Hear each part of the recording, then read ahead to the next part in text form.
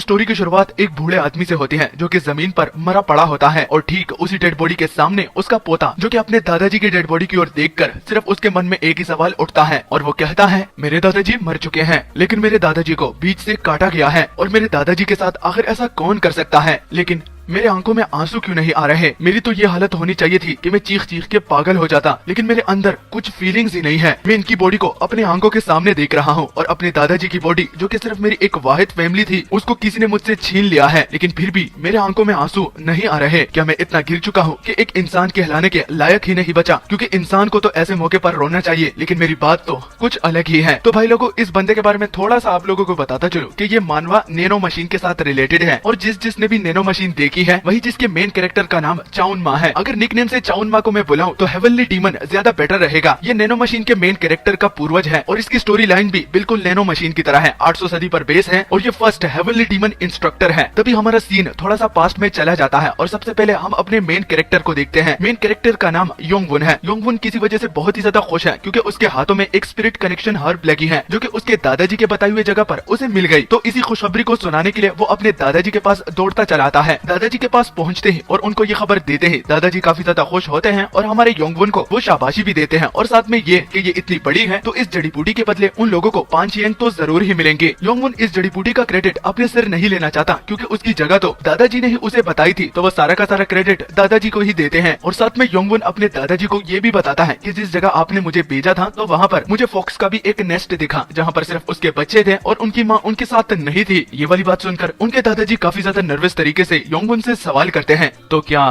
तुमने उन बच्चों को मार डाला? जो कि सुन योंगवुन कहता है, मार डाला? आखिर मैं ऐसा क्यों करूंगा? दादाजी आप खुद जरा सोचिए, अगर मैं उनके बच्चों को मार डालता और उनकी माँ वापस आ जाती और देखती कि उसके बच्चों को किसी ने मार डाला है तो वो तो काफी ज्यादा उदास हो जाती और मेरे में इतनी हिम्मत नहीं है कि मैं किसी की फैमिली को उससे छीन लूं, क्योंकि मैं अच्छी तरह से एक फैमिली की फीलिंग्स को जानता हूँ। जैसा कि आप मेरे बारे में फिक्र करते हैं उसी तरह लोमड़ी अपने बच्चों के बारे में भी फिक्र करती होगी, इसलिए मैंने उन लोमड़ी के बच्चों को इग्नोर कर दिया। जो कि सुनकर योंगवुन के ग्रैंडपा एकदम खुश हो जाते हैं और उसे शाबाशी भी देते हैं। साथ में डिनर करने का टाइम भी हो गया है तो उसे डिनर टेबल पर भी बुलाने का कहते हैं। तो योंगवुन दादाजी की बात को सुन तो लेता है, लेकिन इस बकेट को रखने के बाद वो डाइनिंग टेबल पर खाना खाने के लिए आ जाएगा। लेकिन इसी बीच दोबारा योंगवुन के दादाजी योंगवुन को रोककर उससे एक प्रॉमिस लेते हैं, योंगवुन बेटा, मैं बार बार तुम्हें परेशान नहीं करना चाहता, इस सवाल के बाद तुम बकेट रख सकते हो, लेकिन एक वादा मेरे साथ करो क्योंकि इसमें तुम्हारी ही भलाई है। दादाजी की इस तरह सस्पिशियस सवाल को सुनने के बावजूद भी योंगवुन कोई रिएक्शन नहीं देता और वो कहता है, हाँ जरूर, आप मुझे बता सकते हैं, मैं अपने दादाजी के साथ जरूर इस बात का वादा करूंगा और पूरी कोशिश करूंगा ताकि मैं दादाजी को निराश ना करूं। योंगवुन के ये कहते हैं दादाजी थोड़ा सा रिलीफ फील करते हैं और वो योंगवुन से कहते हैं कि बेटा, वो वादा और किसी चीज का नहीं, जस्ट मैं ये चाहता हूँ कि तुम्हारी नेचर को सप्रेस करने में मुझे भी काफी टाइम लगा था और तुम्हें इतना ग्रो करते देखकर मुझे काफी ज्यादा खुशी हो रही है, लेकिन तुम्हें भी पता है कि मैं बूढ़ा होता जा रहा हूँ और मैं हर टाइम यहाँ पर तुम्हारे साथ नहीं हूँगा, इसलिए जाते जाते पहले से तुमसे एक वादा लेना चाहता हूँ कि तुम्हारी उस ट्रू नेचर को जिसको सप्रेस करने में मैंने और तुमने खुद मदद की है, तो इतने सालों की कड़ी मेहनत को कभी जाया मत होने देना और ना ही अपनी इस ट्रू नेचर को कभी किसी को दिखाना, क्योंकि इसमें तुम्हारी ही भलाई है और खास करके बाकी लोगों की, क्योंकि अगर उनको तुम्हारी ट्रू नेचर के बारे में पता चल जाता है तो तुम बहुत ही बड़ी मुसीबत में फंस सकते हो, यहाँ तक कि तुम अपनी जान को भी खो बैठोगे। लेकिन तभी हम योंगवुन को देखते हैं। योंगवुन का चेहरा एकदम डरावना और राक्षसों की तरह लग रहा था। योंगवुन कंट्रोल से बाहर हो गया था और वो अपने मन ही मन में अपने मरे हुए दादाजी से कहता है, दादाजी मुझे माफ करिएगा, मैंने अपनी नेचर को सप्रेस करने में काफी मेहनत की थी और आपने भी मेरी काफी मेहनत की है, लेकिन दादाजी मुझे ये कहते हुए बुरा तो नहीं लग रहा, लेकिन मुझे इस चीज में काफी ज्यादा मजा आ रहा है और मुझे नहीं लगता कि मैं अपने उस वादे को पूरा कर पाऊंगा। इस तरह लोगों को मारने में मुझे काफी ज्यादा मजा आ रहा है, इनको काटने में, ये खून की स्मेल और इनकी चीखते चिल्लाते हुए आवाजों को सुन के मानो जैसे मेरे को सुकून मिल रहा हो। मेरी बॉडी जिस पर किसी किस्म का एक स्ट्रेस था वो एकदम गायब हो गया और मुझे पता है कि आप ऊपर से मुझे देख रहे होंगे और उम्मीद करता हूँ कि आप अपने इस पोते को माफ कर देंगे जो कि इस तरह कंट्रोल से बाहर हो गया है। जिसके बाद अगला सीन होंगयांग सिटी का होता है। गलियों में काफी ज्यादा भीड़ हम देखते हैं और उसमें ही हम एक चलते हुए कैरेज को देखते हैं और उस कैरेज में कुछ लोगों को बंदी बनाकर ले जाया जा रहा होता है। लेकिन अजीब बात ये होती है कि क्राउड इन कैरेज के लोगों को इस तरह गुस्से की नजरों से क्यों देख रहे हैं। तो तभी हमें क्राउड के रिएक्शन से पता चल जाता है कि ये सारे माउंटेन बैंडिट्स और क्रिमिनल्स हैं जिनको इस तरह भेड़ बकरियों की तरह एक कैरेज में लेके जाया जा रहा है। सिटी के लोग इन माउंटेन बैंडिट्स और इन क्रिमिनल्स की ओर देखकर एक तो इनको 2-4 गालियां देते हैं और साथ में उन पर कर्ज भी करते हैं कि तुम लोग भाड़ में जाओ और कभी जिंदा बाहर मत आना। और कुछ लोग उनकी तरफ बू भी करते हैं क्योंकि उन लोगों को इनसे इतना घिन आती है कि सिटी के जेल में भी इनको नहीं देख सकते और साथ में नारे भी लग रहे होते हैं कि इन सुअरों को जल्दी से काटा जाए। तभी उसी बीच एक क्राउड में खड़े बंदे की नजर एक कैरेज पर पड़ती है जो कि किसी वजह से इन लोगों से अलग जा रही है। और उनको सरप्राइज की बात तो तब पता चलती है कि वहाँ पर सिर्फ एक ही बंदे को उस कैरेज में लेकर जाया जा रहा है। सारे लोग कंफ्यूज हो जाते हैं और ये सोचते हैं कि इस बंदे को इन बाकी लोगों के साथ कैरेज में क्यों नहीं लेके जाया जा रहा। ये कहकर बाकी के लोग उन क्रिमिनल्स और माउंटेन बैंडिट्स को छोड़कर अब सिर्फ इस एक कैरेज के बंदे को ही देखना चाहते हैं कि ये शक्ल से कैसे दिखता है। तो वो बंदा और कोई नहीं बल्कि हमारा योंगवुन है। और योंगवुन को यहाँ पर होना भी चाहिए क्योंकि उसने अपने नेचर को सब लोगों के सामने शो तो करवा दिया और ये साबित कर दिया कि ये इन माउंटेन बैंडिट्स और इन क्रिमिनल से ज्यादा वर्स्ट है। और ये लोग इसको इतना खतरनाक समझते हैं कि बाकी माउंटेन बैंडिट्स और क्रिमिनल से इसे अलग कैरेज में लेकर जाया जा रहा है क्योंकि उन्हें डर है कि कहीं ये बंदा इन लोगों को भी ना मार डाल दे। तभी एक बंदा जो कि कब से इन लोगों की ओर देख रहा था और साथ में गर्म चाय की चुस्की लेकर उसकी नजर जब योंगवुन पर पड़ती है तो वो कहता है ये जवान है, इतना जवान कि यंग मास्टर के एज के करीब भी है, लेकिन इसको इतना हार्श तरीके से क्यों ट्रीट किया जा रहा है। तो उस चाय पीते हुए पर्सन की ये बात सुनकर सामने बैठा ये आदमी काफी ज्यादा डर जाता है और घबराहट में उसे कहता है ये जवान तो जरूर, लेकिन इसे अंडर एस्टिमेट मत करना। हाँ, मैं भी इस बात को मानता हूँ कि ये बहुत ज्यादा जवान है, लेकिन तुम खुद सोचो कि ये उनसे वर्स भी हो सकता है। बाकी के क्रिमिनल्स दिखते हुए खतरनाक, लेकिन उनके काम शायद इन बच्चे से काफी कम हो सकते हैं। और जहाँ तक ये बच्चा दिखने में मासूम, लेकिन शायद ये काम करता होगा बड़े बड़े। एक वैलिड पॉइंट को सुनने के बाद वो बंदा भी एग्रीड करता है और साथ में ये भी उसे कहता है कि तुम्हारी बात में दम लगता है, इसलिए तो मैं सोचूं कि इसके पास एक अपना खुद का कैरेज क्यों है जिसमें इन्हें बाकी लोगों से अलग करके लेके जाया जा रहा है। शायद से ये बच्चा इन लोगों से भी ज्यादा खतरनाक है। तो अपना ऑर्डर देता हुआ वही बंदा सामने बैठे सोल्जर से कहता है मेरी बातों को सुनकर तुम काफी ज्यादा रिलैक्स हो, लेकिन तुमसे यही एक्सपेक्ट किया जा सकता है। अगर मैं गलत ना हूँ तो तुम्हें इसलिए डर नहीं लग रहा क्योंकि तुम एक मुरीम सोल्जर हो, तुम लोगों को काफी टफ ट्रेनिंग दी जाती है, इसलिए तो इस तरह के क्रिमिनल से तुम लोगों को डर नहीं लगता। लेकिन हो सकता है कि मेरी इस बात को सुनने के बाद तुम्हें शायद थोड़ा सा डर लग जाए, क्योंकि अगर मैं तुम्हें ये बताऊं कि इस बच्चे ने कितने ज्यादा मर्डर किए हैं, वो भी एक साइड की मदद से, तो शायद तुम्हारे पैरों तले जमीन खिसक जाए। और इसका एक निक नेम भी है, इसने काफी कम टाइम में अपना एक निक नेम भी बनाया है जिससे कि काफी जाना जाता है और इसे साइड किलिंग डीमन भी बोलते हैं। इसकी उम्र छोटी है, ये कद में भी छोटा है, लेकिन इसके काम उन बाकी बैंडिट से भी काफी ज्यादा है। एक साइड की मदद से एक आम सिविलियंस को ये बिल्कुल सब्जियों की तरह काटते जा रहा था। और अजीब बात ये थी कि इतने छोटे बच्चे में इतना बड़ा दिल कैसे हो सकता है कि किसी के जान ले ले। ये वाली बात सुनकर भी उस सोल्जर को ज्यादा कुछ फर्क नहीं पड़ता और वो समझता है कि ये जस्ट एक मर्डरर है, इसलिए सामने वो बंदा तक हार कर अपनी बात को बंद कर देता है क्योंकि एक मुरीम सोल्जर को डराना उसके बस में नहीं और ये इस बात को अच्छी तरह से समझ गया है। तो अब उन दोनों के बीच काफी सारी बातें हो गई और वो बंदा अब मेन मुद्दे पर आता है कि तुम आखिर किस रिक्वेस्ट को करने के लिए यहाँ पर आए हो। माफ करना, इस बात पर आने के लिए काफी ज्यादा टाइम लगा, लेकिन एक दूसरे के साथ इंटरेक्शन करने के बाद मुझे लगता है कि ये रिक्वेस्ट जो तुम्हारी होगी तो इसको मैं काफी आराम से कर दिखाऊंगा क्योंकि हम दोनों एक दूसरे के साथ काफी कॉमन है और अंडरस्टैंडिंग भी हमारी काफी अच्छी है। तो मुरीम सोल्जर दोबारा चाय की चुस्की लेता हुआ कहता है मुझे एक यंग बच्चा चाहिए जिसके बारे में कोई भी फिक्र ना करे, चाहे वो मरा हो या फिर जिंदा, एक ऐसे ही सब्स्टिट्यूट की जिसकी कोई भी परवाह ना करता हो। तो इसी तरह ही बंदे की मुझे जरूरत है। और एग्जाम्पल के तौर पर तुम इस बच्चे को भी ले सकते हो जिसे इस कैरेज में लेके जाया जा रहा हो। जो ही वो ये बात खत्म करता है तो नीचे हमारे योंगवुन के सिर पर कोई पत्थर मार देता है और वो पत्थर काफी जोर से आकर लगता है। और जिस बंदे ने ये पत्थर योंगवुन को मारा है तो वो चीखते हुए उसे एक पैरासाइट बुलाता है और साथ में उसे 2-4 गालियां देके और कर्ज करके कि तुम डिवाइन पनिशमेंट से भी ज्यादा डिजर्व करते हो, तुम्हें तो इन सब लोगों से पहले मर जाना चाहिए, मैं यही आशा करूंगा। उन दोनों की बातें दोबारा डिस्टर्ब हो जाती हैं, लेकिन ये वाला नजारा देख के वही बंदा याइक्स करता है, यानी कि हद से कुछ ज्यादा उस बच्चे के साथ हो रहा है। और जब हमारे योंगवुन को वो मुरीम सोल्जर थोड़ा सा गौर से देखता है तो उसकी आंखें बाहर आने लगती है। योंगवुन ने अपना चेहरा उन लोगों को दिखा दिया है। पहले तो वो नीचे देख रहा था, उसके लंबे बालों की वजह से उसका चेहरा कोई भी नहीं देख पा रहा था, लेकिन इस सिनेरियो में उसने अपना चेहरा रिवील करवा दिया और वो सिर्फ अपनी हथकड़ियों को सामने करके उसे एक पॉइंट देता है कि मैं बंदा हुआ हूँ। जो बंदा पहले मैं याइक्स कर रहा था तो वो योंगवुन के चेहरे को देखने के बाद काफी इम्प्रेस होता है क्योंकि इतनी सुंदरता उसके चेहरे पर है, लेकिन इसके काम क्रिमिनल्स की तरह। तो वो इस बात से जरा भी खुश नहीं है क्योंकि योंगवुन के चेहरे की सुंदरता इतनी ज्यादा है कि इसको पहली नजर में देखकर कोई इसे औरत भी समझ सकता है। वो बंदा योंगवुन की तारीफ पे तारीफ करता जाता है, लेकिन उस मुरीम सोल्जर की बस हो गई क्योंकि वो वहाँ से जाने लगता है और जिस डील का उसने बोला था तो वो यहाँ पर खत्म होती है। लेकिन वो बंदा मुरीम सोल्जर को इस तरह जाते हुए देखकर बिना किसी एग्रीमेंट के तो वो उसे रुकने का बोलता है क्योंकि अभी तक उन लोगों ने अपनी बात शुरू भी नहीं की। और आखिर ऐसा क्या हुआ, क्या उसने कुछ गलत किया कि ये डील इसी तरह ही खत्म हो रही है बिना किसी बात के। लेकिन वो मुरीम सोल्जर उसे भाव भी नहीं डालता और वो उस होटल से बाहर आ जाता है। बाहर आते ही दोबारा वो योंगवुन की ओर देखता है और कहता है मुझे वो मिल गया जिसकी मुझे तलाश थी, एक परफेक्ट कैंडिडेट, और इसमें कोई शक भी नहीं। लेकिन ये आखिर कैसे हो सकता है, हैरानी की बात है, लेकिन ये एक एब्सोल्यूट परफेक्ट कैंडिडेट है। जिसके बाद अगला सीन इनर कासल का होता है और जेल सेल में हम बहुत सारे कैदियों को देखते हैं और इस जेल की रिस्ट्रिक्शन बाकी जेल से काफी ज्यादा है क्योंकि यहाँ पर जो भी आता है उसको फांसी की सजा होती है, यानी कि डिवाइन पनिशमेंट, जिसके बारे में वो बंदा बंदा पत्थर मार के योंगवुन को बता रहा था। लेकिन जहाँ तक हमारे योंगवुन की बात हो रही है तो यहाँ पर वो अपने मन ही मन में सिर्फ एक ही बात को लेकर काफी ज्यादा रिग्रेट कर रहा है और कहता है मैंने बहुत बड़ी गलती कर दी, सब कुछ अच्छा चल रहा था लेकिन वो बंदा आके मेरे पूरे प्लान को ही बिगाड़ डाला। लेकिन इसमें उसे कोई गलती भी नहीं क्योंकि उसे करना चाहिए था, लेकिन वो बाकियों के मुकाबले में काफी ज्यादा स्ट्रॉन्ग था और इसकी वजह मुझे पता नहीं है और लगता है कि मैं यहाँ पर इसी जेल में या सड़ के मर जाऊंगा या फिर ये लोग मुझे कुछ ही दिन में फांसी की सजा या फिर मेरा सर ही काट डालेंगे। और हम योंगवुन की मेमोरीज में उस बंदे को भी देखते हैं जिसके बारे में योंगवुन बता रहा है। तो बिना किसी डाउट के वो भी एक मुरीम सोल्जर था, लेकिन उसके चेहरे पर एक डरावना स्कार और ताकत में योंगवुन ने आज तक किसी को भी नहीं देखा। और साथ में योंगवुन को पकड़ने के बाद वो बंदा भी कहता है बहुत खूब बहुत खूब, मैं यही सोच रहा था कि काफी टाइम से कोई हमारा पीछा कर रहा है लेकिन तुम मुझे दिखे नहीं, तुम्हारी प्रेजेंस ही मुझे सिर्फ फील हो रही थी। बाकी सोल्जर्स का नहीं पता, उसको तो तुम चकमा दे गए हो, लेकिन मुझे बेवकूफ बनाना इतना आसान भी नहीं है। लेकिन तुम्हारी मैं हिम्मत की दाद देता हूँ और तुम्हारी स्किल्स बहुत ही अच्छे हैं, लेकिन बदकिस्मती से तुम्हारी फेट कुछ अलग ही है। तो योंगवुन से एक और बात भी पता चलती है कि वो इस बंदे को स्पेसिफिकली इसलिए पॉइंट आउट कर रहा है क्योंकि ये वही बंदा है जिसने उसके ग्रैंडपा यानी कि दादाजी को मार डाला था और वो भी काफी बुरी तरीके से। लेकिन योंगवुन के कुछ करने से पहले ही उस बंदे ने उसकी बैंड बजा दी क्योंकि योंगवुन ने आज तक जिसके साथ भी फाइट किए हैं तो वो उससे काफी ज्यादा अलग है। अगर योंगवुन उसे एक एग्जाम्पल के तौर पर बताए तो वो किसी मॉन्स्टर से कम नहीं है और चाहे अगर उसे कुछ करने का मौका भी मिल जाए, लेकिन उसकी पावर लेवल और योंगवुन की पावर लेवल में काफी ज्यादा फर्क है। और अगर योंगवुन को मौका मिल भी जाता है तो वो ज्यादा कुछ नहीं उखाड़ पाएगा। योंगवुन उस बंदे को मार गिराने का एक प्लान सोचता है, लेकिन उसके दिमाग में कुछ भी नहीं आ रहा कि आखिर इस तरह के बंदे को कैसे मारा जाए और हराया जाए। और मानो के जैसे योंगवुन के दिमाग में उस बंदे की ही बातें गूंज रही हो, एक नाइटमेयर की तरह जो कि योंगवुन को सोने नहीं देती, क्योंकि अब तो योंगवुन को उस बंदे को मारना है और अपने दादाजी का बदला लेना है। और आखिर में बहुत देर तक सोचने के बाद योंगवुन के दिमाग में एक ही आइडिया आ जाता है, लेकिन वो श्योर नहीं होता कि ये काम करेगा या नहीं। और वो आइडिया और किसी चीज के बारे में नहीं बल्कि मार्शल आर्ट्स के बारे में होता है। योंगवुन सोचता है कि अगर वो मार्शल आर्ट को सीख ले तो क्या वो उस बंदे को हरा देगा। वो श्योर तो नहीं, लेकिन वो मार्शल आर्ट जरूर सीख के ट्राई करेगा। लेकिन फिर भी योंगवुन को खुद भी पता है कि जिस चीज की वो बात कर रहा है, एक रिवेंज और दूसरा मार्शल आर्ट्स, तो ये रास्ता जो कि उसने खुद के लिए चुना है तो इतना आसान भी नहीं होगा। लेकिन इन दोनों चीजों को इम्पॉसिबल से पॉसिबल बनाने के लिए एक दूसरा चांस चाहिए जो कि योंगवुन के पास तो नहीं है और ना ही वो इसका वेट कर सकता है क्योंकि योंगवुन के साथ ज्यादा टाइम भी नहीं है। तो ये बात भी उसके लिए कंफर्म हो जाती है कि चाहे वो यहाँ पर बैठा रहे या फिर इंतजार करे, लेकिन कभी जिंदगी में भी उसे कोई दूसरा चांस नहीं मिलेगा और ना ही वो किसी और को जानता है, क्योंकि जो फैमिली उसकी थी उसमें सिर्फ दादाजी को ही वो जानते थे। तो उसे नहीं लगता कि कोई उसे बचाने के लिए आएगा, क्योंकि वो खुद भी जानता है कि एक अनजान बंदे को कोई क्यों बचाना चाहेगा। तभी योंगवुन एक अजीब से स्मोक को नोटिस करता है जो कि देख वो काफी ज्यादा चौंक जाता है, क्योंकि उसे लगता है कि आसपास आग लग गई है। लेकिन उसको सूंघने के बाद ये तो कंफर्म हो जाता है कि ये किसी आग की स्मोक नहीं है। लेकिन जैसा कि उसे याद है कि वो अपने ग्रैंडपा के साथ काफी जड़ी बूटियों को खाया भी है और दवाइयों के लिए और बहुत सारी चीजों के लिए उनके साथ काम भी किया है, तो इसलिए वो एक एक करके नाम लेना शुरू कर देता है। हालत खराब होने की वजह से वो बहुत सारे नाम लेता है और वो धीरे धीरे करके नाम तो ले रहा होता है, लेकिन तभी हम देखते हैं कि जो गार्ड इस स्मोक को इनहेल करता है तो वो बेहोश हो जाता है। लेकिन योंगवुन है कि अभी तक बेहोश नहीं हुआ और जैसे ही आखिरी नाम लेता है स्लीप अरोमा का, तो हमारा योंगवुन भी सो जाता है। लेकिन सोने से पहले वो उस शख्स को नहीं देख पाया कि ये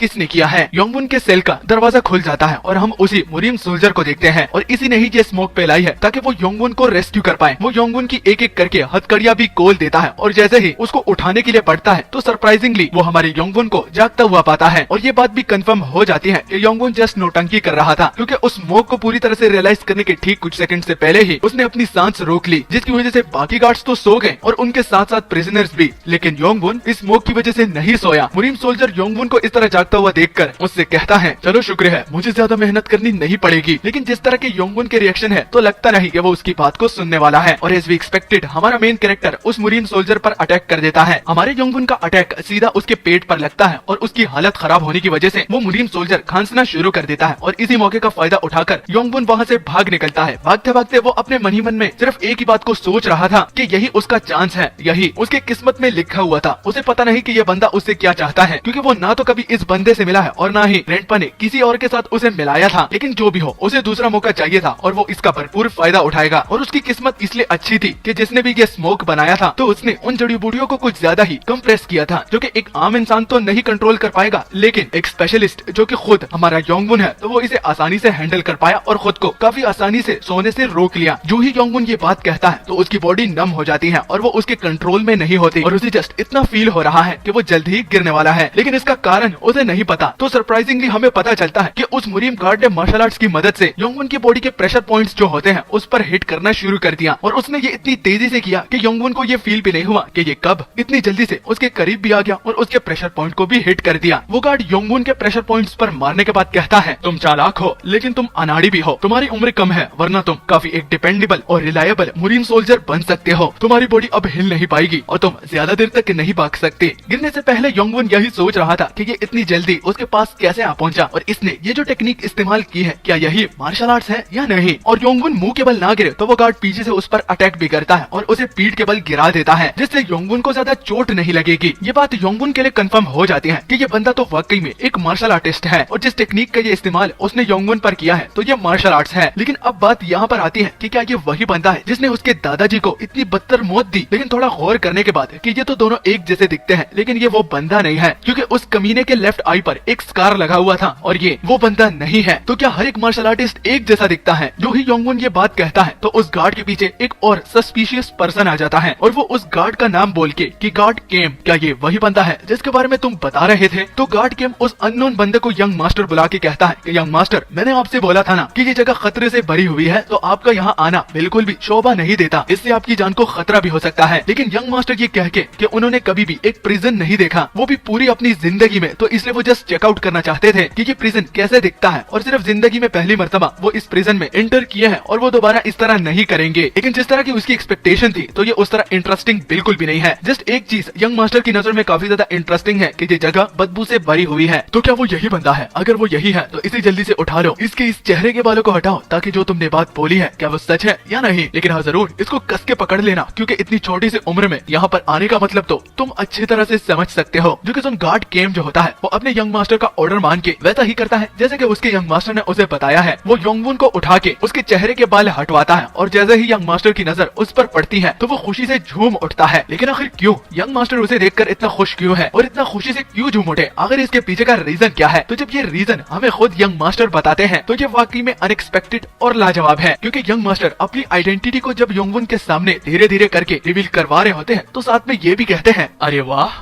तुमने जो बोला ये तो वैसा ही है, ये वाकई में लाजवाब है। मैं खुद हैरान हूँ कि आखिर एक ही शक्ल के दो इंसान दो कितने अलग अलग सिचुएशन में हैं। एक जो कि यहाँ पर अपनी ही मौत का इंतजार कर रहा है और दूसरा जो कि कासल में बैठ के आराम से मजे कर रहा है, लेकिन वो भी सेफ नहीं है। लेकिन तुम मेरे लिए एक एब्सोल्यूट कैंडिडेट हो। तो हमारे यंग मास्टर का चेहरा देख के योंगवुन भी काफी ज्यादा हैरान होता है और उसके पैरों तले जमीन घिसक जाती है क्योंकि यंग मास्टर और योंगवुन का चेहरा बहुत मिलता जुलता है। 0.5 फर्क भी नहीं होगा, जस्ट कपड़ों की और बॉडी की कंडीशंस की बात है। और योंगवुन के फेस एक्सप्रेशन को देखने के बाद यंग मास्टर कहते हैं, मुझे भी पता है, तुम्हें हैरान होने की जरूरत नहीं, हम दोनों एक जैसे दिखते हैं, हमारे में कोई फर्क नहीं। लेकिन अगर कोई फर्क है तो वो जस्ट हमारी फेट है। लेकिन मैं जितना भी तुम्हें देखता हूँ तो मानो मेरा ये चेहरा खुशी से झूम उठता है। और तुम्हारे क्या रिएक्शन है, क्या तुम मुझे बता सकते हो? अरे ये क्या, तुम्हारे मुंह से तो एक वर्ड भी नहीं निकल रहा, लगता है कि मेरी तरह तुम भी स्पीचलेस हो गए हो। ये फैसिनेटिंग वाली बात है ना। मैं यूं ही तो नहीं झूम उठा क्योंकि जब मैंने तुम्हारे बारे में सुना तो मैं हैरान हो गया, लेकिन जब तुम्हें अपने आंखों से देख रहा हूँ तो आंखों पे विश्वास नहीं आ रहा। और ठीक जैसा कि यंग मास्टर बोल रहे हैं तो योंगवुन के वैसे ही हालात हैं और उसके मुंह से एक वर्ड भी नहीं निकलता और उसे कुछ समझ में भी नहीं आ रहा क्योंकि फर्स्ट टाइम एक्सपीरियंस कर रहा है कि कोई उसकी तरह दिखता है, उसी की तरह ही आवाज है और कुछ फर्क नहीं है। जस्ट उन लोगों की फेट एक दूसरे से काफी ज्यादा चेंज है। यंग मास्टर को योंगवुन के बारे में काफी चीजें पता चलती हैं और ये भी पता चलता है कि वो एक डेथ रो पर है, यानी कि उसे जल्दी ही मारा जाएगा और वो भी आज से 2 दिन के बाद। जो कि ये सुनकर योंगवुन इस बात को डिक्लाइन नहीं करता और उसके हाँ में हाँ मिलाता है कि तुमने बिल्कुल ठीक कहा। तो उसको कोऑपरेट होता देखकर यंग मास्टर भी उसके साथ कुछ चीजें शेयर करते हैं, जैसे कि वो अपनी बात को शुरू करते हुए कहते हैं कि हमारे सेम फेसेस हैं और हमारी आवाज भी एक जैसी है। लेकिन तुम देख सकते हो मैं एक यंग मास्टर हूँ और तुम डेथ रो पर हो। लाइफ कितनी अनफेयर है ना, एक चेहरे के दो लोगों के कितने डिफरेंट सिचुएशन चल रहे हैं। इस वाली बात को सुनने के बाद योंगवुन भी चुप हो जाता है और उसे अच्छा नहीं लगता, लेकिन उसे समझ में भी नहीं आ रही कि वो इस बात का जवाब कैसे दे क्योंकि जो ये बंदा कह रहा है तो वो एकदम सच है। तभी यंग मास्टर मेन मुद्दे पर आते हैं और हमारे मेन कैरेक्टर को बोलते हैं कि मैं तुम्हें एक बहुत ही रेयर अपॉर्चुनिटी दूंगा, एक दूसरा चांस, क्या तुम इंटरेस्टेड हो? ये सुनकर योंगवुन अलर्ट हो जाता है क्योंकि उसने जो अपने कानों से सुना है तो वो गलत नहीं सुना। यंग मास्टर योंगवुन से कहता है कि वो उसे एक ऐसा चांस देगा जिसमें उसे 3rd यंग मास्टर बनने का एक मौका मिलेगा, वो भी किसी आम फैमिली का नहीं बल्कि मॉक सोट मानोर का ये एक बहुत ही बड़ी फैमिली है और इसके बारे में तुम जैसे लोगों ने भी सुना ही होगा। तुम्हें और कुछ नहीं करना, तुम्हें सिर्फ थर्ड यंग मास्टर की एक्टिंग करनी है, वो भी हमारी फैमिली में। बस यही तुम्हारा टास्क है। अगर तुम इसे कर सकते हो तो तुम्हें मैं दूसरा मौका देने के लिए तैयार हूँ। ये सुनकर हमारा योंगवुन भी थोड़ी देर पहले के बारे में सोचता है कि अभी तक अगर ये लोग यहाँ पर ना आते तो अभी तक वो उस जेल में बैठकर उस दूसरे चांस के बारे में ही सोचता, लेकिन कभी उसके पास ना आता। लेकिन इससे पहले योंगवुन को जवाब दे तो यंग मास्टर उसे लालच भी देते हैं कि ये इतना डिफिकल्ट भी नहीं है। तुम्हें क्या क्या करना है मैं तुम्हें बताता हूँ। तुम्हें एक्टिंग करनी है, तुम्हें अच्छा अच्छा खाना खाने को मिलेगा, काफी खूबसूरत सर्वेंट्स तुम्हें सर्व करेंगी और एक ऐसा आरामदायक बेड जिस पर सोते ही तुम बाकी दुनिया के बारे में भूल ही जाओगे और बस सोते ही रहोगे। तुम उन चीजों का मजा लोगे जो कि तुमने कभी अपनी जिंदगी में भी एक्सपीरियंस नहीं किया होगा और ना ही कर पाओगे। और ये नहीं कि कुछ टाइम के लिए, बल्कि भरपूर, जितना तुम्हारा मन हो उतना तुम खाना पीना मौज मस्ती ये सब तुम्हारे हाथों में ही होगा। और हाँ, जैसे ही वो टाइम लिमिट खत्म होगा तो उसके बाद तुम्हें काफी ज्यादा पैसा भी मिलेगा। और मैं हमेशा तुम्हें एक कठपुतली की तरह इस्तेमाल नहीं करूंगा, बल्कि बाद में आजाद करके और तुम्हें काफी ज्यादा पैसे देके कि तुम बाकी की लाइफ काफी आराम से जी पाओ, तो ये भी मैं जरूर करूंगा। तो तुम क्या सोचते हो, तुम्हारा जवाब क्या है? योंगवुन इतनी सारी डील्स और इतनी सारी बातों को सुनने के बाद टाइम से रिएक्ट नहीं कर पाता है। और जहाँ तक यंग मास्टर की बात हो रही है तो वो तो कहते हैं कि मुझे पता है कि तुम काफी ज्यादा हैरान हो और तुम्हारे साथ काफी ज्यादा डील्स हैं, लेकिन तुम्हारे साथ सिर्फ एक ही मौका है। अगर तुम मेरे साथ एग्रीड होते हो तो ये पिल खा लो। योंगवुन पूछता है कि क्या ये पॉइजनस है? तो गार्ड केम हमारे योंगवुन को जवाब देते हुए कहता है कि इतनी आसानी से तो एक प्रिजनर पर यकीन तुम खुद भी नहीं करोगे और ना ही किया जा सकता है। ये जस्ट एक टेम्पररी है, तुम्हें बाद में मैं एंटीडोट दे दूंगा, लेकिन तुम्हें वो चीज अकॉम्प्लिश करनी होगी जो कि यंग मास्टर कह रहे हैं। तो ये सब कुछ तुम पर ही डिपेंड करता है कि तुम उसे पूरा करोगे या फिर इसकी वजह से मारे जाओगे। और गार्ड केम वो पिल उसके मुंह के करीब भी लेकर जा रहा होता है और अपने मन ही मन में सोचकर कि ग्रैंडपा मुझे दूसरा मौका मिला है, मैं इस मौके को जाने नहीं दे सकता क्योंकि आपका बदला भी लेना है। यही अपने मन में ठान कर वो उस पिल को निगल लेता है। पिल को लेने के बाद यंग मास्टर के रिएक्शन कुछ ठीक नहीं होते, लेकिन कुछ बताया भी नहीं जा रहा कि आखिर योंगवुन के साथ क्या होगा। और पूरी तरह से निगलने के बाद हमारा योंगवुन कहता है, तो क्या तुमने जो बोला है कि तुम यंग मास्टर मुझे एक दूसरा चांस देने वाले हो, तो क्या ये सच है या नहीं, या फिर तुम मुझे जस्ट मारना चाहते थे? जिसके जवाब में यंग मास्टर कहते हैं, बहुत खूब, तुमने अच्छा रास्ता चुना। मैं यही चाहता था कि तुम्हें एक दूसरा चांस दिया जाए, इससे मेरा भी काम हो जाएगा और तुम्हारा भी। योंगवुन को अपने अंडर लाने के बाद यंग मास्टर गार्ड केम से बोलता है कि इसके हथकड़ियों को तुम खोल सकते हो और इसके प्रेशर पॉइंट्स को भी रिलीज कर दो, क्योंकि अब ये हमारे अंडर काम करेगा। तो अब घबराने की भी जरूरत नहीं है और इसको तो हमने पिल दी है, तो अब किसी बात की टेंशन भी नहीं, क्योंकि अगर ये भागता है तो इसकी खुद की ही गलती है। इसको एंटीडोट नहीं मिलेगा और ये पॉइजन की वजह से मर जाएगा। गार्ड केम यंग मास्टर की बात के साथ एग्रीड करता है और जैसे कि यंग मास्टर ने उसे बताया तो वो वैसा ही करता है। वो जाके हमारे योंगवुन के हथकड़ियों को खोल देता है और हाथ आजाद होने के बाद उसे काफी रिलीफ फील होता है, क्योंकि उसके हाथ काफी ज्यादा दर्द कर रहे थे और अब वो चैन की सांस ले रहा है। तो अब जबकि यहाँ पर जो चीज करनी थी वो अकॉम्प्लिश हो गई है, तो गार्ड केम बोलते हैं कि यंग मास्टर मैं आगे का रास्ता लीड करता हूँ, अब पीछे पीछे मेरे आइएगा और इसको भी अपने साथ लेकर आइएगा। यंग मास्टर गार्ड केम की बात के साथ एग्रीड हो जाते हैं और गार्ड केम ने जो बोला है तो वैसा ही करते हैं। लेकिन चलने से पहले वो योंगवुन से बोलता है कि मेरे आगे चलो, मुझे तुम्हें पीछे से ही देखना है। थोड़ी देर के बाद जब वो एग्जिट के बहुत ही ज्यादा करीब होते हैं तो गार्ड केम बाहर चेक करता है कि कोई उन पर तो नजर नहीं रखे हुआ या फिर कोई उनका इंतजार तो नहीं कर रहा। तो किस्मत से बाहर की जगह क्लियर होती है और जब गार्ड केम यंग मास्टर की तरफ मुड़कर उनको ये बात बताते हैं कि सब कुछ क्लियर है, लेकिन इसका मतलब ये नहीं कि खतरा टल गया है, प्लीज जरा संभल के मेरा पीछा करिएगा क्योंकि ये जगह खतरे से भरी हुई है। जो ही ये गार्ड केम कहता है और जो मंजर वो अपने सामने देखता है तो उसे वो ये मंजर अपनी जिंदगी भर याद रहेगा, क्योंकि ये कोई ऐसा वैसा मंजर नहीं है। हमें दिखाया जाता है कि यंग मास्टर के एक्सप्रेशन कुछ ठीक नहीं होते, लेकिन अभी तक पूरी तरह कंफर्म नहीं है कि यंग मास्टर के साथ क्या हुआ है। और जब हम पूरा सीन देखते हैं तो मेरे भी रोंगटे खड़े हो गए थे कि योंगवुन ने यंग मास्टर के सिर को पूरी तरह से मोड़ दिया है। उनकी बॉडी तो आगे देख रही है लेकिन उनका सिर पीछे योंगवुन को देख रहा है, जो कि जब गार्ड केम ये देखता है तो उसकी चीख निकल जाती है कि तुमने ये क्या किया। और ये सुनने के बाद वो यंग मास्टर की बॉडी को छोड़ देता है, जो कि बॉडी आगे और सिर पीछे और जमीन पर धड़ाम से गिर जाती है। यंग मास्टर की बॉडी को गिराने के बाद योंगवुन कहता है, उप्स, ये क्या हो गया? अब क्या होगा गार्ड केम? अब तुम क्या करोगे? अब कठपुतली कौन बनेगा? क्योंकि यहाँ पर तो सिर्फ एक ही है और यहाँ पर तो दूर दूर तक कोई फेक नजर ही नहीं आ रहा।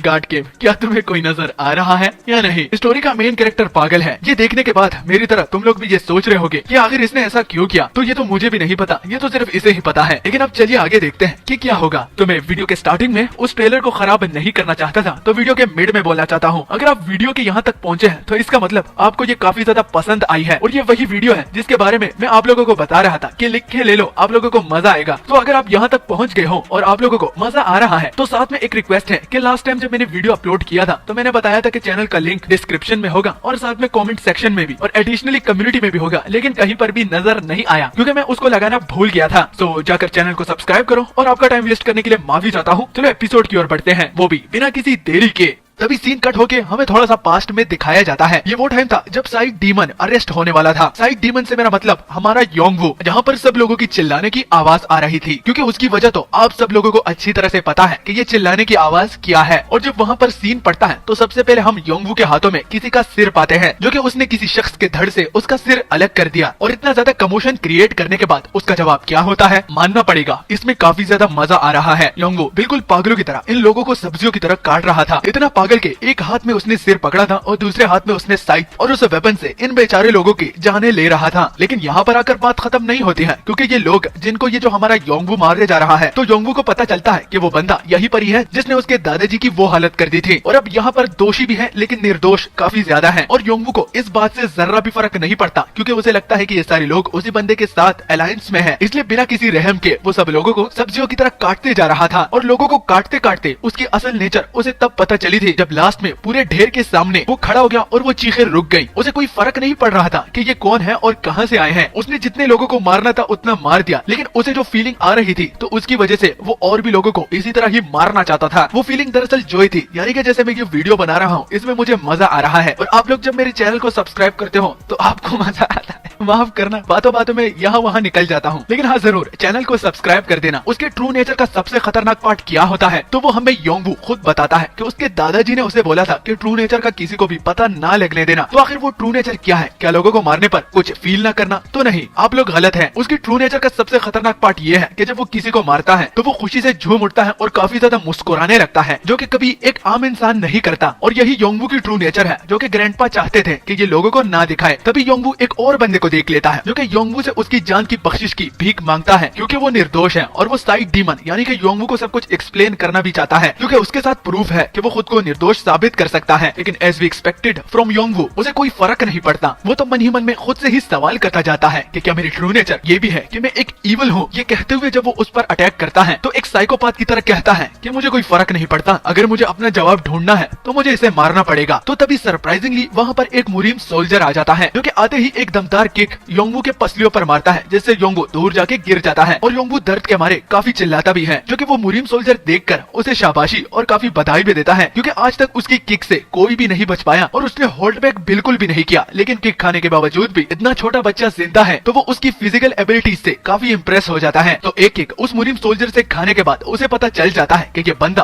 काफी ज्यादा डेंजरस है और वो खुद को बड़ी मुश्किलों से भी उठाता है। उसकी हालत अब ऐसी नहीं रही कि वो इससे आगे फाइट कर पाए। वो मुरीम सोल्जर हमारे योंगवू से बोलता है, मैं काफी ज्यादा इम्प्रेस हुआ, दिखने से तो लगता है कि तुमने अभी तक मार्शल आर्ट्स भी नहीं सीखे, लेकिन उसके बावजूद भी तुम्हारी फिजिकल एबिलिटीज काफी ज्यादा है, बिल्कुल एक मार्शल आर्टिस्ट की तरह। और सरप्राइज की बात तो मेरे लिए ये है कि मेरे अल्टीमेट अटैक को खाने के बाद तुम ऐसे खड़े हो जैसे कि तुम सिर्फ गिर के उड़ गए हो। ये कहते हुए वो मुरीम सोल्जर अपनी जगह से योंगवू की तरफ इतनी तेजी से आता है कि उसे पता भी नहीं चलता और वो उसे सीधा गले से पकड़ लेता है। इतनी तेजी से योंगवू को गले से पकड़ने के बाद योंगवू खांसना भी शुरू कर देता है और वो भी ये देखकर हैरान है कि कुछ ही देर पहले ये मुझसे कितना दूर था, लेकिन इसने ये गैप सिर्फ एक सेकंड में कवर कर लिया। क्या ये इंसान है भी या नहीं? और तभी वो मुरीम सोल्जर वही डायलॉग बोलता है जो कि हमने योंगवू की मेमोरीज में देखा था जब वो जेल में पड़ा हुआ था। बहुत खूब, मैं यही सोच रहा था कि हमारा पीछा कौन कर रहा है जिसने इतना हल्ला गुल्ला मचाया हुआ है। बट ये जानने के बाद कि वो एक छोटा सा बच्चा है जिसने अभी तक मार्शल आर्ट सीखा भी नहीं और वो यहाँ तक आ पहुंचा विदाउट किसी की मदद लिए हुए, ये देखकर तुम काफी ज्यादा इंटरेस्टिंग लगते हो। योंगवू उसकी बात को बीच में काट कर कहता है कि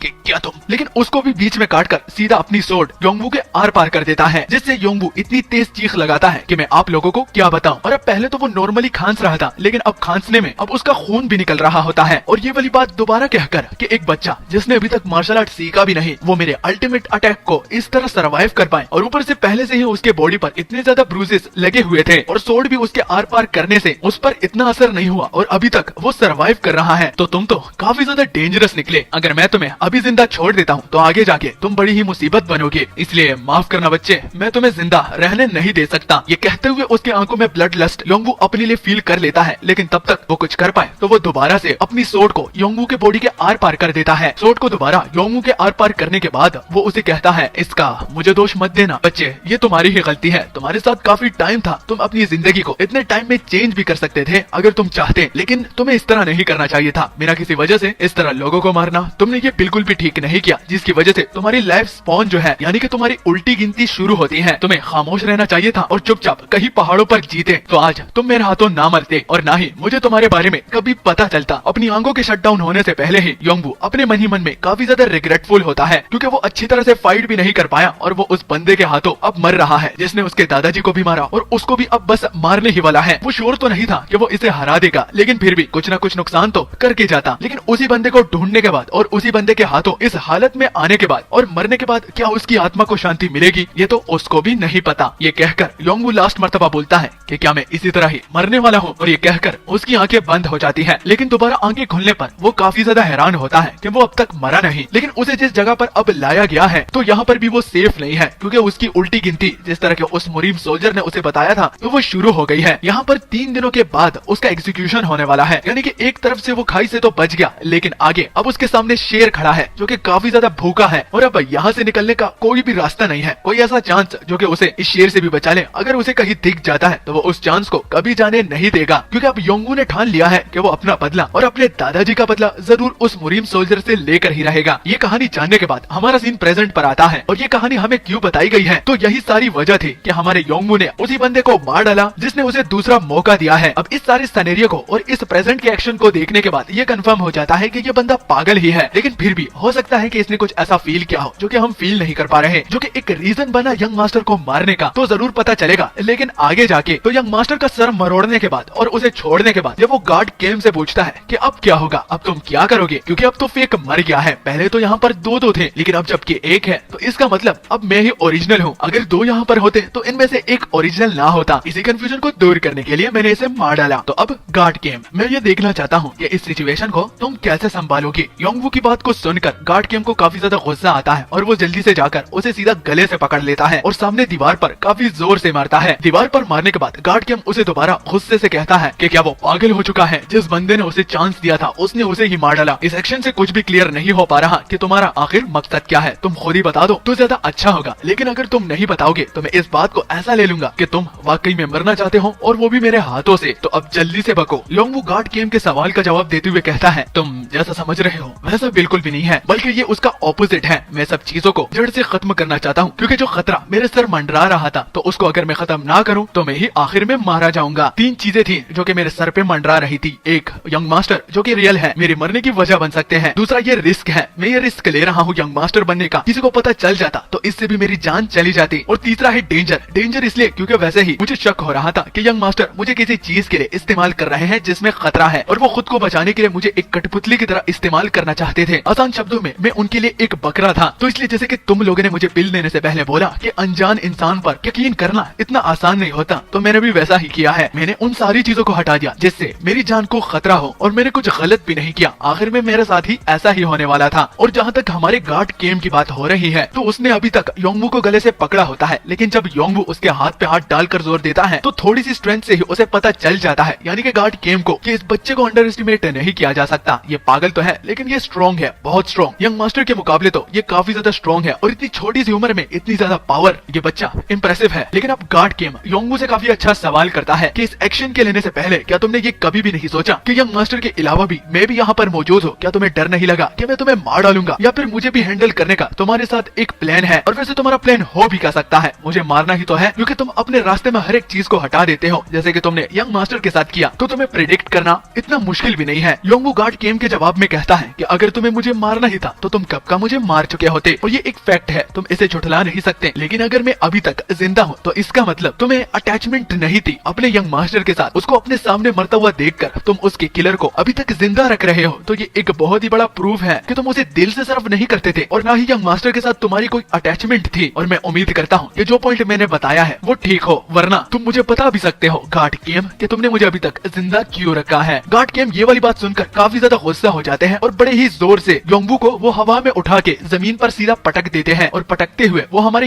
योंगवू से कहते हैं कि अपनी बकवास बंद करो। गार्ड केम योंगवू को काफी जोर से जमीन पर मारता है, जिससे थोड़ी देर के लिए उसकी अकल टिकाने आ जाती है। और अब यंग मास्टर का बदला लेने के लिए जब गार्ड केम अपने जेब से डैगर निकालता है तो वो ठान लेता है कि वो इसको यहाँ पर जिंदा नहीं छोड़ सकता। डैगर निकाल के सीधा उस पर पॉइंट करता है कि अब मैं तुम्हें यहीं पर ही मार डालूंगा, क्योंकि तुम ही चाहते हो कि मैं तुम्हें यहाँ पर मार डालूं। और तुम्हारी हिम्मत भी कैसे हुई कि तुमने मेरी लॉयल्टी पर उंगली उठाई? तुम्हें क्या पता कि मेरी अटैचमेंट्स थी या नहीं? तुमने बकवास की है और ये बकवास तुम्हें काफी ज्यादा महंगी भी पड़ेगी। ये सुनकर हमारा जो यंग वू होता है वो हंसने लगता है। उसे किसी चीज का खौफ नहीं, लेकिन इसी स्माइल को देखकर ही हमारा गार्ड केम काफी ज्यादा खौफजदा हो जाता है। और जहाँ तक हमारे यंग वू की बात हो रही है तो वो हमारे गार्ड केम से बोलता है कि तुमने बिल्कुल ठीक कहा, लेकिन मैं भी जो बोला हूँ तो वो गलत नहीं है। और अगर तुम्हें मुझे इसी तरह ही डैगर से मारना है तो क्यों अपने हाथों पर खून के धब्बे लगाना चाहते हो? ये जरूरी नहीं है, क्योंकि शायद से तुम भूल गए हो कि इस डील के पहले तुमने मुझे क्या खिलाया था। मैंने जस्ट खुद को बचाया और खुद को बचाने के लिए मैंने यंग मास्टर का सर मरोड़ दिया। और अब तुम्हारी मर्जी है कि तुम मुझे यहाँ पर मारना चाहते हो या नहीं, लेकिन मैं और चाल नहीं चलूंगा, क्योंकि अगर मैं चलता हूँ तो एंटीडोट तो सिर्फ तुम्हारे पास ही है। गार्ड केम यंगवू से पूछता है कि ये जरूरी क्यों नहीं है। अगर तुम्हारा कोई प्रेफरेंस है कि तुम किस टाइप की मौत मरना चाहते हो तो तुम मुझे बता सकते हो, क्योंकि आज तो तुम खत्म हो। तुमने लाइन क्रॉस कर दी है और वो भी बिना किसी सोचे समझे, तो अब सजा तो भुगतनी पड़ेगी। लेकिन दोबारा ये कहकर कि जरा खुद सोचो, गर्मी में तुम्हें कुछ समझ में नहीं आ रहा। एंटीडोट, मैं एंटीडोट की बात कर रहा हूँ। मैंने वो पिल जिसमें पॉइजन था वो खा लिया, वो भी तुम्हारे कहने पर। तो अगर तुम मुझे यहाँ पर मार देते हो तो तुम्हारा ही फायदा है, लेकिन अगर तुम मुझे छोड़ देते हो तो तुम्हारा ही फायदा है। यानी कि तुम मुझे अब हर एक काम करवा सकते हो जो कि तुम यंग मास्टर से नहीं करवा सकते थे, क्योंकि यंग मास्टर ने तो पिल नहीं खाई थी लेकिन मैंने खा ली है। और अगर मैं तुम्हारी बात को नहीं मानता तो मुझे एंटीडोट नहीं मिलेगा, यानी कि मुझे तुम्हें मजबूरन ओबे करना ही पड़ेगा, वरना मेरी मौत पक्की है और मैं इसके बारे में कुछ कर भी नहीं सकता। और अगर दूसरे पर्सपेक्टिव से देखा जाए तो ये तुम्हारे लिए एक बहुत बड़ी अपॉर्चुनिटी भी है। सोना देने वाली मुर्गी अब तुम्हारे हाथों में है, तो अब ये तुम्हारी ही मर्जी है कि तुम काट के उस मुर्गी की जान लेना चाहते हो और उसे खाना चाहते हो, या फिर धीरे धीरे अंडे का इंतजार करके तुम खुद को और भी ज्यादा अमीर करना चाहते हो और उसे पालना चाहते हो। यंग मास्टर तुम्हारी मुर्गी आपकी खिदमत में हाजिर है। अब करिए जो करना है, आपकी मर्जी। मैंने तो अपनी तरफ से सब कुछ क्लियर कर दिया है ताकि बाद में आप कोई रिग्रेट ना करें। इस बात से गार्ड केम थोड़ा बहुत हिचकिचाते हुए कहता है कि अब तुम्हारा मतलब ये है कि मैं अपने यंग मास्टर को धोखा दे दूं और तुम्हारी बात को साबित कर दूं कि मेरी लॉयल्टी उनके लिए अच्छी नहीं थी और तुम्हें अपने एक पपिट की तरह इस्तेमाल करूं ताकि खुद के लिए फायदा पहुंचाऊं। तो क्या तुम्हारा यही मकसद है? तो इससे तुम्हें क्या फायदा होगा? मुझे तो फायदा होगा, लेकिन तुम्हारा क्या? जो कि सुन यंगवू बोलता है, मुझे तो पहले से ही सब कुछ मिलेगा, लेकिन मेरी जान तुम्हारे हाथों होगी, इसलिए मैं चाह के भी कुछ भी नहीं कर सकता, क्योंकि बाद में पर्दा भी फाश हो जाएगा और एंटीडोट भी हाथों से निकल जाएगा। ये सुनकर गार्ड केम चुप हो जाते हैं और एक लंबी सी सांस लेते हुए और डैगर को दोबारा उठाते हुए जब वो उस पर अटैक करते हैं और बाद में जब वो डैगर लैंड करता है तो पहले में तो ऐसा लगता है कि यंगवू को मार दिया गया है, लेकिन ऐसा बिल्कुल भी नहीं है, क्योंकि आखिरी टाइम में ही गार्ड केम ने अपना इरादा बदल दिया और जो बातें यंगवू उनको बता रहा था तो वो काफी सेंसिबल थी, जिसने उनकी थिंकिंग को एकदम से ही चेंज कर दिया। जिसके बाद हमारा गार्ड केम अपना डैगर दोबारा निकाल के अपनी पॉकेट में दोबारा रख देता है और रखने के बाद वो हमारे यंगवू को बोलता है कि तुम्हारी बातों ने सेंस बनाया, लेकिन अभी तक मुझे तुम पर यकीन नहीं है। लेकिन खैर, जिस तरह तुम्हारी बातें हैं तो वो काफी ज्यादा सेंस बना रही थी और जितना मुझे यकीन है तो तुम इस तरह की पचकानी हरकत दोबारा नहीं करोगे, क्योंकि तुम्हारी जिंदगी मेरे हाथों में है। और अगर कल को तुम मुझे अरेस्ट भी करवा लेते हो तो मैं तुम्हें साफ साफ बताता हूँ कि एंटीडोट सिर्फ मेरे ही पास है। जब तक वो दूसरा एंटीडोट बनाएंगे तो तब तक तुम मुर्दा हो जाओगे। तो चलो, आज के बाद तुम हुए young master of Manora family, जिसकी जान मेरे हाथों में है। ये सुनकर यंगवू जो होता है वो मुस्कुराने लगता है, बिल्कुल एक साइकोपाथ की तरह। और जिस बंदे ने उसे चांस दिया था वो तो मारा गया है, लेकिन उसे वो चांस मिल गया और इस चांस की मदद से वो उस बंदे को भी मार डालेगा। अपना बदला और अपने ग्रैंडपा का बदला वो जरूर उस बंदे से लेगा, लेकिन उससे पहले मार्शल आर्ट्स भी जरूरी है और खेल एकदम रोमांचक होने वाला है। जिसके बाद अगले सीन में हम देखते हैं कि गार्ड केम और हमारा मेन कैरेक्टर मोक सोड मानोर मेंशन आ चुके हैं। अंधेरा काफी ज्यादा था, इसलिए किसी ने उन लोगों को देखा नहीं और न ही बाकी गार्ड्स ने कुछ नोटिस किया, क्योंकि अंधेरा ज्यादा होने की वजह से कुछ चीजें ठीक तरीके से नजर नहीं आ रहे थे। जिसके बाद हम गार्ड केम को देखते हैं कि वो योंगवू को एक ऐसे कमरे में लेकर आ गया है जिसमें वो ड्रेसअप कर पाए, लेकिन कपड़े पहनते पहनते गार्ड केम योंगवू से बोलता है कि मैं हर वक्त तुम्हारे साथ नहीं होऊंगा, इसलिए मेरी बातों को हमेशा के लिए याद रखना। और हाँ, सबसे बड़ी बात, जब तक मैं ना कहूँ तो तुम इस फैमिली के एक मेंबर से भी बात नहीं करोगे। अगर तुम्हें ये बात अच्छी तरह से समझ में आ गई हो तो ज्यादा बेटर ही होगा। जो कि सुन हमारा योंगवू बोलता है कि ये तो बिल्कुल एक पपेट की तरह हुआ, इससे अच्छा होता मैंने यंग मास्टर को मारा ही ना होता और उसकी जगह पर अभी के लिए तो मैं मजे कर पाता। जो कि सुन के गार्ड केम उसे दोबारा वार्निंग देता है कि तुम ऐसी पोजीशन में नहीं हो कि तुम मुझे ऑर्डर करो, तुम्हारी लाइफ मेरे हाथों में है, याद है ना एंटीडोट, वो सिर्फ मेरे पास ही होता है और तुमने ये रास्ता अपने लिए खुद चुना है, ना कि मैंने तुम्हारे लिए चुना है। और अगर तुम्हें अच्छा नहीं लग रहा तो तुम उस टाइम सोच लेते कि यंग मास्टर को मारना है या नहीं। और हाँ, एक और कंडीशन भी है, अगर लोगों को तुम्हारे बारे में पता चल जाता है और हम पकड़े जाते हैं तो सच बता रहा हूँ कि एंटीडोट तब भी मुझसे नहीं मिलेगा। इसलिए कभी भी तुमने मेरे खिलाफ कुछ करने की साजिश की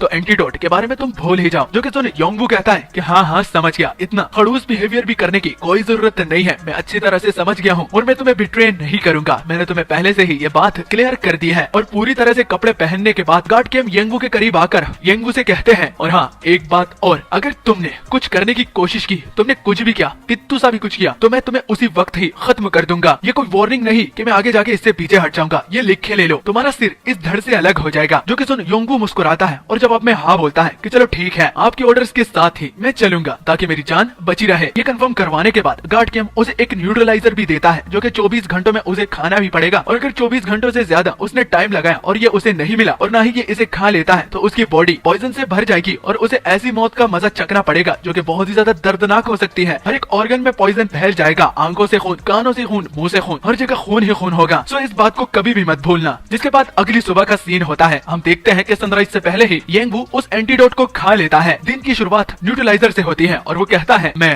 काफी ज्यादा लकी हूँ, ये एक मिरेकल है कि मैं अब तक जिंदा हूँ और जो चोटें मुझे अभी तक लगी हैं और जो स्टेप्स मुझे उस गार्ड से मिले हैं तो उनको देखकर लगता नहीं कि इसे कोई सरवाइव कर पाएगा। लेकिन अगर किस्मत आपका साथ दे तो कुछ भी हो सकता है। ये मेरे लिए एक ऐसी बात हुई कि मैं दोबारा रिबॉर्न हो गया हूँ। परहैप्स मैं इस बात को ऐसा ले लूंगा कि ग्रैंडपा ने इसी दिन के लिए मुझे आज तक जिंदा रखा और कभी भी मुझे मरने नहीं दिया। बल अगर आप मेरे बारे में इतना अच्छा सोचते हैं और मुझे यहाँ तक पहुँचाया है तो आप फिक्र मत करिएगा, मैं आपका बदला जरूर लूंगा और अपना भी। तो आपको फिक्र करने की कोई भी जरूरत नहीं है। आपके इस पोते ने जो वादा किया है वो ये जरूर पूरा करता है। अब देरी सिर्फ अपने प्लान को शुरू करने की है। रिवेंज मैं उस गार्ड से लूंगा और मैं शर्त लगा सकता हूँ कि वो गार्ड अब तक सोच रहा होगा कि मैं मर गया हूँ और हो सकता है कि अब तक ओरिजिनल यंग मास्टर की बॉडी उन लोगों ने ढूंढ ली हो और उन्हें लगता होगा कि ये मैं हूँ और मैं मर गया हूँ। मार्शल आर्ट्स, अब मार्शल आर्ट्स की बारी है। मैंने इस क्लैन के बारे में सुना भी था कि ये मार्शल आर्ट्स का क्लैन है और मुझे बताया भी गया है कि यहाँ पर लोग मार्शल आर्ट्स सीख सकते हैं। मैं जस्ट प्रिटेंड करूंगा कि मैं यंग मास्टर हूँ और यहाँ पर मार्शल आर्ट्स की ट्रेनिंग लूंगा ताकि मैं सीख लूं। और मार्शल आर्ट्स सीखने के बाद और स्ट्रॉन्ग होने के बाद उस कमीने को मैं छोड़ूंगा नहीं जिसने मेरे दादाजी को इस तरह मारा था। मुझे अभी भी याद है वो दिन जब मेरा दादाजी बीच से कटा हुआ जमीन पर पड़ा हुआ था, जो कि वो ये कभी डिजर्व भी नहीं करते थे। और मेरे दादाजी को इस तरह की मौत के घाट उतारने पर मैं भी अब उसे इसी तरह ही मारूंगा जिस तरह उसने मेरे दादाजी को मारा था। इतनी बेरहमी की मौत वो भी डिजर्व करता है जो कि मेरे निर्दोष दादाजी को मारता है। तो चलो अब देखते हैं कि मैं अपने इस रिवेंज को ले पाऊंगा या नहीं। जर्नी बहुत लंबी है लेकिन मुझे हार नहीं माननी चाहिए।